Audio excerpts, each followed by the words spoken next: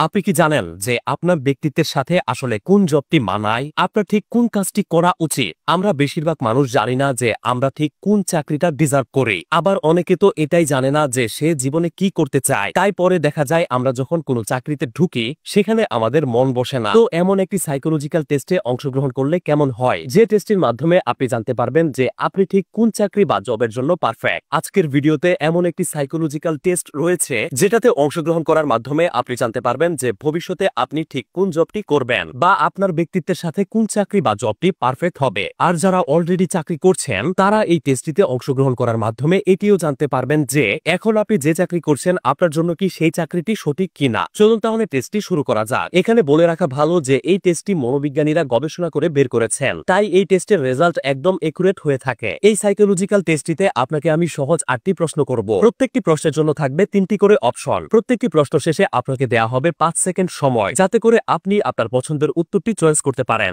এবং 5 সেকেন্ড সময় শেষ হলে আপনি যখন আপনার পছন্দের উত্তর সিলেক্ট করবেন তখন আমি বলে দিব আপনার সিলেক্ট করা উত্তরটির জন্য আপনি কত পয়েন্ট পেয়েছেন। এভাবে 8টি প্রশ্ন শেষে মোট কত পয়েন্ট পেয়েছেন সবগুলো একসাথে যোগ করবেন এবং আপনার যোগফল অনুযায়ী ভিডিওর শেষে জানতে পারবেন যে আপনি ঠিক কোন জব বা চাকরির জন্য পারফেক্ট। চলুন শুরু করি। প্রথম প্রশ্ন, আপনার বন্ধুদের মতে আপনি ঠিক কেমন ধরনের মানুষ? 1 ক্রিয়েটিভ, 2 ফ্রেন্ডলি, 3 স্মার্ট।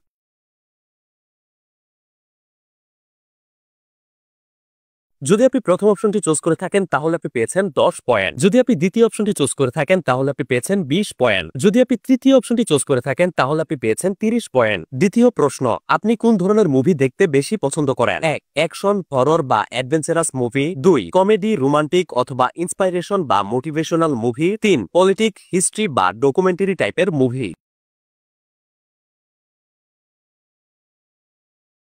যদি আপনি প্রথম অপশনটি চুজ করে থাকেন তাহলে আপনি পেয়েছেন 10 পয়েন্ট। যদি আপনি দ্বিতীয় অপশনটি চুজ করে থাকেন তাহলে আপনি পেয়েছেন 20 পয়েন্ট। যদি আপনি তৃতীয় অপশনটি চুজ করে থাকেন তাহলে আপনি পেয়েছেন 30 পয়েন্ট। তৃতীয় প্রশ্ন, নিচের এই 3টি অপশন থেকে ফ্রি টাইমে আপনি কোনটি করতে বেশি পছন্দ করেন? 1 এক্সারসাইজ করতে বেশি পছন্দ করেন, 2 মুভি বা গান শুনতে বেশি পছন্দ করেন, 3 রিডিং অর্থাৎ বই পড়তে বেশি পছন্দ করেন।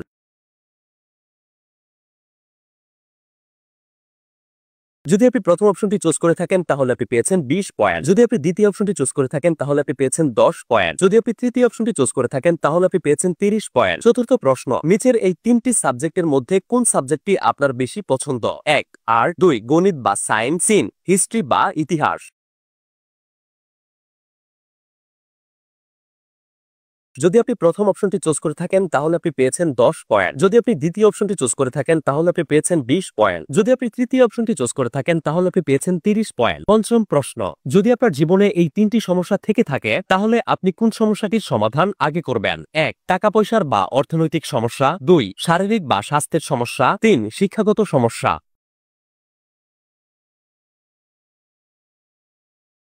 যদি আপনি প্রথম অপশনটি চুজ করে থাকেন তাহলে আপনি পেয়েছেন 10 পয়েন্ট। যদি আপনি দ্বিতীয় অপশনটি চুজ করে থাকেন তাহলে আপনি পেয়েছেন 20 পয়েন্ট। যদি আপনি তৃতীয় অপশনটি চুজ করে থাকেন তাহলে আপনি পেয়েছেন 30 পয়েন্ট। ষষ্ঠ প্রশ্ন, আপনি আসলে কেমন মানুষ?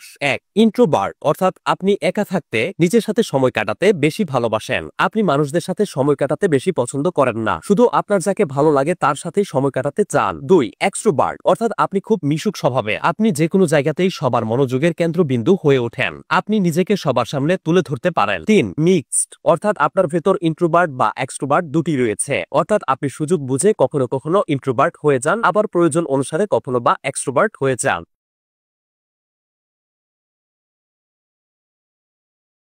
যদি আপনি প্রথম অপশনটি চুজ করে থাকেন তাহলে আপনি পেয়েছেন 10 পয়েন্ট। যদি আপনি দ্বিতীয় অপশনটি চুজ করে থাকেন তাহলে আপনি পেয়েছেন 20 পয়েন্ট। যদি আপনি তৃতীয় অপশনটি চুজ করে থাকেন তাহলে আপনি পেয়েছেন 30 পয়েন্ট। সপ্তম প্রশ্ন, আপনার কাজগুলো আপনি নিচের কোন প্রক্রিয়ায় করতে বেশি পছন্দ করেন? 1 হার্ড ওয়ার্ক অর্থাৎ আপনি আপনার কাজগুলো খুব বেশি পরিশ্রমের মাধ্যমে করে থাকেন, 2 ফাস্ট ওয়ার্ক অর্থাৎ আপনার কাজগুলো খুব দ্রুত করে থাকেন, 3 স্মার্ট ওয়ার্ক অর্থাৎ আপনার কাজগুলো খুব স্মার্টলি করে থাকেন।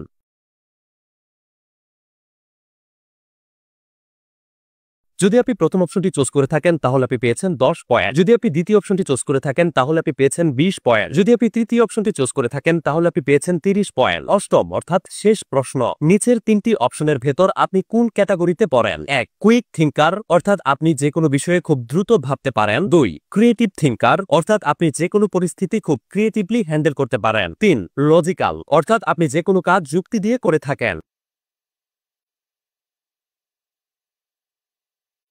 যদি আপনি প্রথম অপশনটি চুজ করে থাকেন তাহলে আপনি পেয়েছেন 10 পয়েন্ট। যদি আপনি দ্বিতীয় অপশনটি চুজ করে থাকেন তাহলে আপনি পেয়েছেন 20 পয়েন্ট। যদি আপনি তৃতীয় অপশনটি চুজ করে থাকেন তাহলে আপনি পেয়েছেন 30 পয়েন্ট। সবগুলো প্রশ্ন শেষ হলো। সবগুলো প্রশ্নের উত্তর থেকে পাওয়া আপনার পয়েন্টগুলো একসাথে যোগ করুন এবং আপনার মোট স্কোর কত হয়েছে মনে রাখুন। চলুন এখন জেনে নেই যে আপনার ব্যক্তিত্ব অনুযায়ী আপনার জন্য কোন কাজটি বেস্ট হবে। আপনার স্কোর যদি হয় 10 থেকে 60 এর ভেতরে, তবে আপনার ভেতর সেই সব গুণাবলী রয়েছে যেগুলো একজন গাইডের থাকে, কারণ আপনি প্রায় সব জায়গাতেই অ্যাকসেপ্টেবল।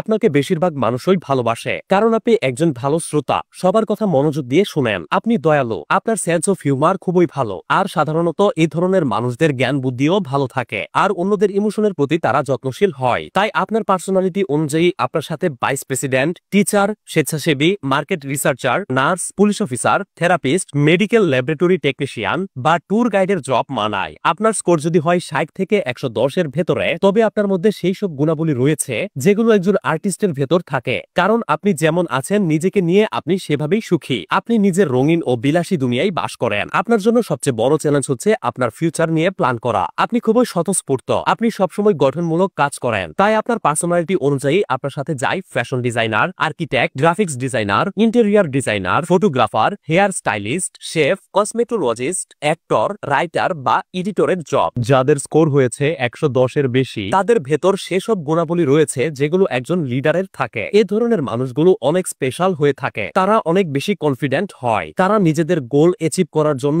অনেক মানুষকে জড়ো করতে পারে বা অনেক মানুষকে কোনো বিষয় বুঝিয়ে সবাইকে নিয়ে সামনে এগোতে পছন্দ করে। সবাইকে কনভিন্স করার ক্ষমতা রাখে এরা। তারা তাদের জীবনের লক্ষ্য পূরণের জন্য অনেক কিছুই করতে পারে এবং এর পেছনে তারা অনেক সময় ব্যয়ও করে। এরা কোনো কাজ করার আগে তা নিয়ে রিসার্চ করতে বেশি পছন্দ করে, আর ছোট বড় সবকিছুই তারা চ্যালেঞ্জ হিসেবে নেয়। তাই আপনার পার্সোনালিটি অনুযায়ী আপনার সাথে যায় প্রেসিডেন্ট, প্রিন্সিপাল, জাজ, lawyer, entertainer, financial adviser, project manager, mechanical engineer বা অ্যাকাউন্টেন্টের জব। আর আপনার স্কোর যদি 150 এর উপরে হয়ে থাকে, তবে আপনার পার্সোনালিটি অনুযায়ী আপনার সাথে যায় সায়েন্টিস্টের জব। আপনার মতো জিনিয়াস খুব কমই আছে। আপনি থিওরিটিক্যাল কনসেপ্ট বেশি পছন্দ করেন। আপনি রিসার্চ ও গ্রুপ ওয়ার্ক করতে বেশি ভালোবাসেন। এই ধরনের মানুষ বর্তমানের চেয়ে ভবিষ্যৎ নিয়ে বেশি প্ল্যানিং করে। আপনি খুবই লজিক্যাল, তাই আপনার পার্সোনালিটি অনুযায়ী আপনার সাথে যায় বিজ্ঞানী, doctor, pilot, biomedical engineer, computer programmer, পশু চিকিৎসক, astronaut, aircraft mechanic, aeronautical engineer বা ইতিহাসবিদের জব। এই সকল ব্যাখ্যাগুলো অনেকগুলো রিসার্চের মাধ্যমে প্রমাণিত